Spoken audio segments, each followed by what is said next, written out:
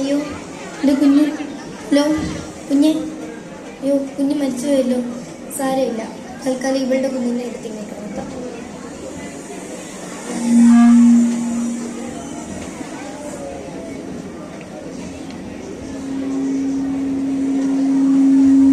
അയ്യോ കുഞ്ഞിനെന്തോ പറ്റിയല്ലോ.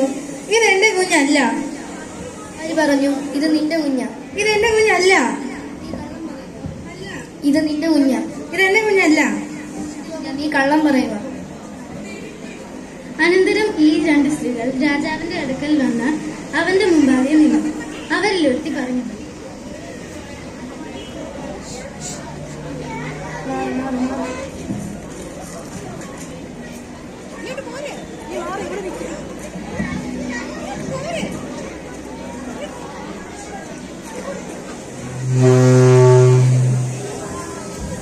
രാജാവേ, ഞങ്ങൾ രണ്ടുപേരും ഒരു വീട്ടിലാണ് താമസിക്കുന്നത്.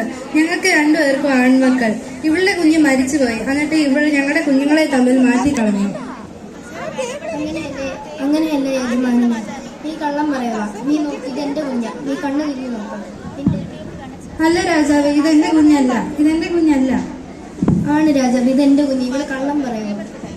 ഇങ്ങനെ അവർ രാജാവിന് മുമ്പാകെ തമ്മിൽ വാദിച്ചു. അപ്പോൾ രാജാവ് കൽപ്പിച്ചത്, നിർത്തൂ.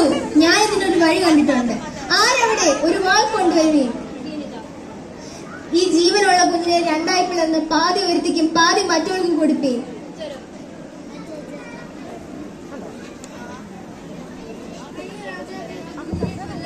ആ കുഞ്ഞിനെ അവൾക്ക് തന്നെ കൊടുത്തേക്ക്. അവള് വളർത്തിക്കോളും. ആ കുഞ്ഞിനെ കൊല്ലല്ലേ. വേണ്ട രാജാവേ, ആ കുഞ്ഞിനെ നടുക്കൂടെ രണ്ടായിട്ട് പിളർന്നോളൂ. എനിക്കും വേണ്ട, ഇവക്കും വേണ്ട. ജീവനുള്ള കുഞ്ഞിനെ കൊല്ലരുത്. ഇവൾക്ക് കൊടുപ്പി. ഇവൾ തന്നെ അതിന്റെ യഥാർത്ഥ അമ്മ.